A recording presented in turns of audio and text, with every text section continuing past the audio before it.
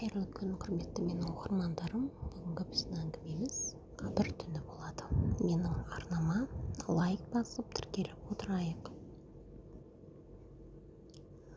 Ол өзекті жанға бір өлім екендігін және өзінің ақтық демі біткен күні ана дүниенің қонағы атанатындығын анық білетін, бұған іштей дайын болатын, бірақ өзін тірілер қауымы жер қойнына тапсырған күннің түнінде қатал азапқа түсетіндігін, тәні жыртқыштың сезіммен таланып, жаны бұғауға алынатындығын ойламапты. Мына өмірде жіберген қателіктеріммен жасаған күнәларыма орай жазаланармын. Алайда жер бетінде адамдар көп қой, о дүние аттанып жатқан, қайсы бірімізді тергеп, тексеріп електен өткізеді дерсің деген пенделік түйсікпен шектелетін. Тәнімнің шіріп топыраққа айналары хақ, сондықтан да жанымды көп қинап қайтсын, себебі өзінің берген жанына соншалықты екпінмен шүйілуге қоймайтын шығар деп түйген.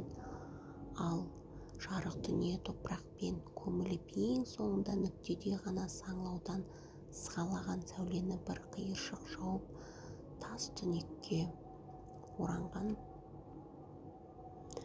сәтте құрт құмырсқа секілді денесін тітірткен тылсым күш сол күні кеш батқанша көз алдына әлдебір елестерді әкеліп өткен күндерді жүгіртіп өтіп әуре сарсаңға салған еді.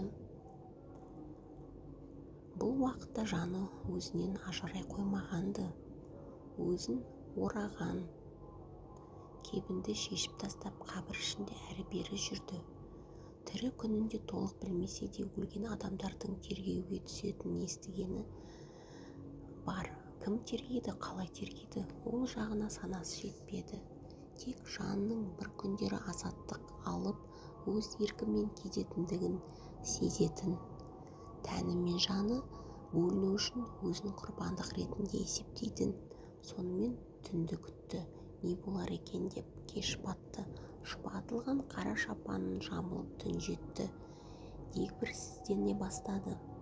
Қайтадан кебінді оранып, орнына барып жатып алды.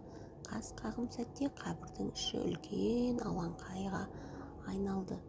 Басын көтеріп қарап еді, өз жатқан жерден екі бағытқа жол басталады екен. Ұшы көрінбейді. Бұл жолдың бұлай шалжиып жата бергенім болмас деп кебінді қайтадан шешіп тастап, орнынан тұра бергені сол қарсы алдынан екі бейне шыға келді.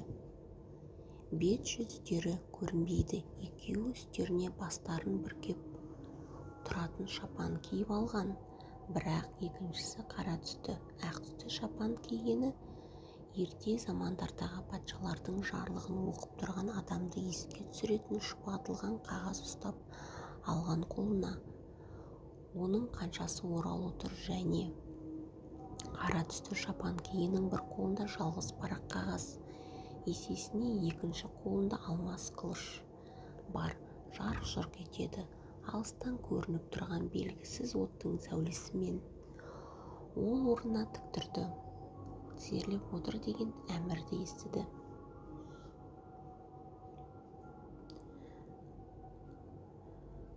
Айтқандарын екі етпеді. Біз бастаймыз, дұрыстап тыңдап ал. Құлағың түрді. Ақ киімді адам, кім біледі, бәлкім адам емес те шығар. Сәл кідіріп қалды да, сізге соңғы мүмкіндік беріледі. Қайсысын бастайық, тірліктегі жақсы істеріңізден бе, әлде жамандықтан ба деп сұрады. Жамандықты естігенмен артынан үлкен жақсылықтар жұбата болар. Сондықтан да әуелі жамандықтан бастаңыздар. Қара түсті киім киген адам бір адым алға шықты. Сіз бар өміріңізге үш қиянат жасапсыз. Ол қуанып кетті. Сонда 63 жылдық ғұмырымда 3-ақ рет қайте басқаным ба, онша-мұнша ауыр нәрсе емес қой деп ойланып үлгергенім қара киімдегі адам. Бірақ осы күнәларыңызды сізге 300 жылдық ғұмыр беріп, жер бетіне қайтарса да ақтай алмайсыз. 300 жыл дейді, ай болмаса сол күнәларымды айтып берерсіз. Қазір бастаймын. Міне, сіз 16 жасыңызда табаныңызбен таптап бір құмырсқаны өлтіргенсіз. Сіздің қолыңыздан жаһаннамға аттанған сол құмырсқа қазір жұмақта. Бірақ менің мекенім тозақ еді деп әлі күнге дейін қапаланып жүр. Мұныңыз қалай? Құмырсқа жұмақта жүрсе, керісінше маған рахмет айтпай ма? Кім құрт құмырсқаға қарап жүр дейсің? Сіз өзіңізге ғана жауап беріңіз. Жарайды, менің сол сәтім есіме түспей отыр. Байқамай басып кетуім де мүмкін ғой. Егер сіз табаныңыздың астында не жатқанын мән бермейтін болсаңыз, өзге істерді қалай атқардым деп ойлайсыз? Қойыңыз енді, мұныңыз көпе көрне жала жабу ғой. Енді бізге ауыз салайын деп едіңіз, бұл тіптен кешірілмейді. Қара киімді адам шарт қимылмен қолындағы алмас қылышты сермеп қалды.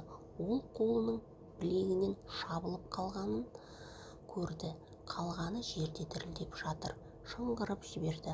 Ана екеуіміз бақпайды. Жалма-жан орнынан тұрып кебіннің шетінен жыртып алды. Атқылаған қан тоқтатпақ бойымен шолақ қолын орап жатқан. Орныңа отыр деп бұйырды екеуі. Көзі қарауытып барады. Сонда да бар күшін салып сау қолымен екінші шолақ қолын орап тастады. Жүрегі айнып құсқысы келді. Қара киімді адам жанына жақындап келді де алмас қылышты тамағына тақап тұрып, жанының тәттісін қара. Құмырсқаға бұдан ауыр болған еді. Сол қылыштың лыпып тұрған жүзімен оның бетін тіліп жіберді. Ол қатты шыңғырды. Қара киімді адам өз сөзін жалғастырды. Сіз тағы да 27 жасыңызда бір құмырсқаны табаныңызбен есіп кеткенсіз. Құдай-ау, басқасы құрып қалды ма? Неменесіне құмырсқа жайында айта бересіз?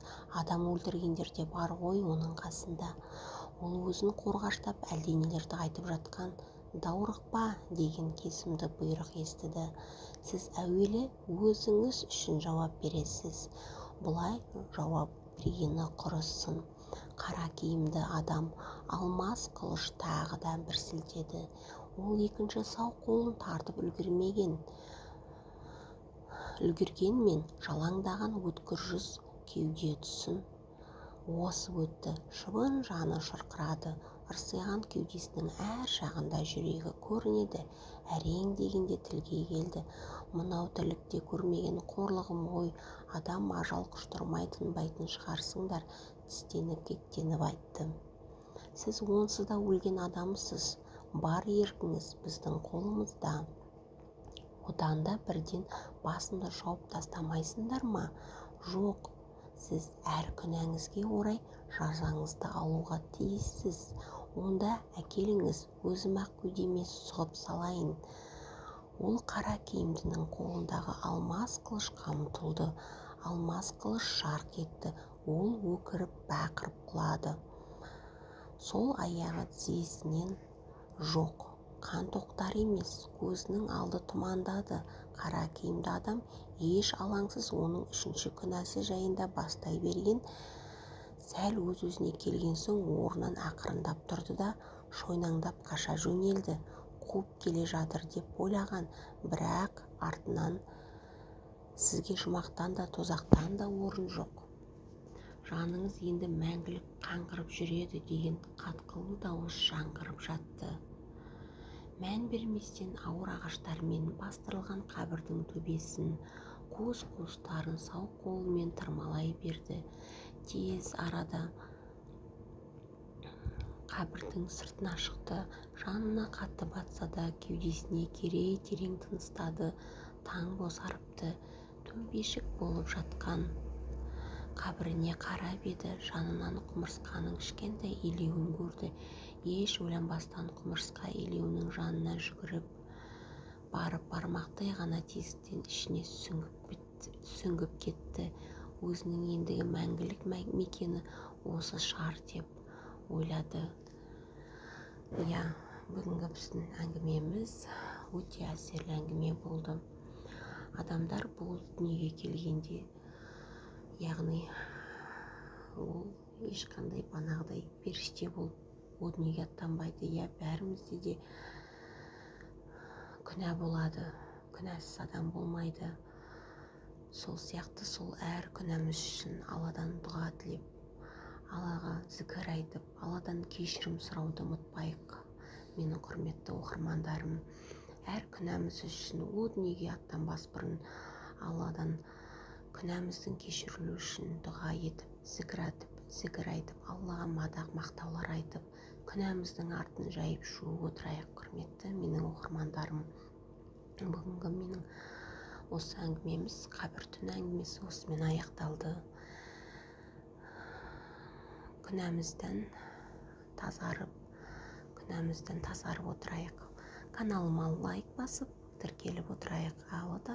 Әлі де алда қызықты әңгімелер, хикаялармен сіздермен бөлісетін боламын.